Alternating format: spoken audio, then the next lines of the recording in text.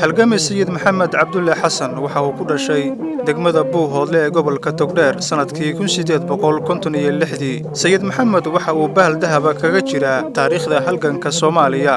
waxa lagu xasuustaa halgankii daraawiishta iyo guulihii waaweynaa ay ka gaareen gumaystayaashii Ingiriiska Talyaaniga iyo kuwa kale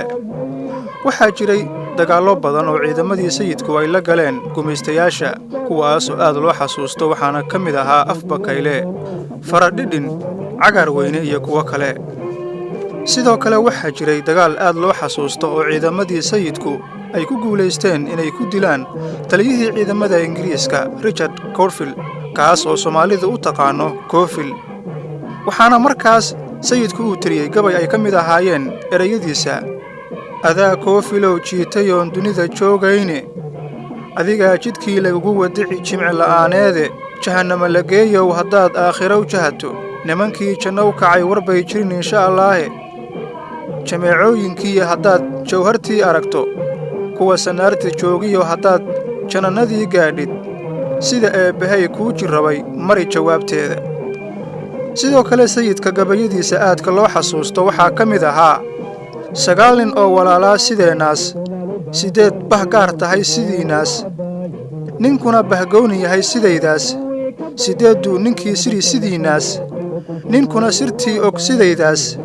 haddaan isirayno sideennaba ma iska kala tagnaa sideedaba ciidanka daraawiishtu waxay ahaayeen ururkii ugu horreeyay ee gobonnimo doona oo diyaarad lagu weeraro waxaana lagu duqeeyay magaalada Taleex iyo xarumo kale Allah u naxariistay sayidku ugu dambeyntii halgan dheer kadib waxa uu ku geeriyooday aaga Webi Shabeelle degmo ku taala oo la yiraahdo Imey December 22 sanadkii 1921 isagoo ka tagay taariikh mug leh bilabe kan baxaya bilirinayo wabaydo wi ka bayre sahdo kale xide dadka goole wabado wi bilabe kan baxaya bilirinayo wabaydo wi ka bayre sahdo kale xide dadka goole wabado